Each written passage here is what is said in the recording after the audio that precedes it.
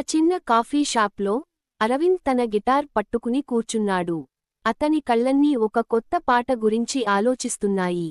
అదే షాప్లో రచన తన నోట్బుక్లో ఏదో రాస్తోంది. ఆమె పెన్ వేగంగా కదులుతోంది.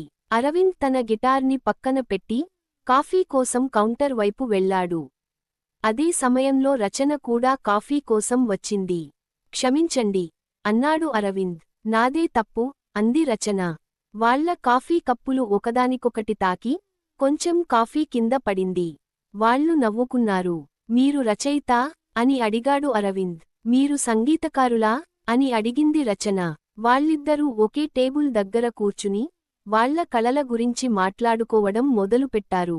వాళ్ళకి ఇద్దరికీ ఒకే రకమైన కలలు ఉన్నాయని తెలిసింది. నా పాటకి మీ కథకి ఒకే రకమైన భావం ఉంది అన్నాడు అరవింద్. అవును అంది రచన. మనం ఇద్దరం కలిసి ఒక కథ రాద్దాం. ఆ రోజు వాళ్ళ కాఫీ చల్లగా అయిపోయింది. కాని వాళ్ళ హృదయాలు ఒక కొత్త కథతో వెచ్చగా మారాయి.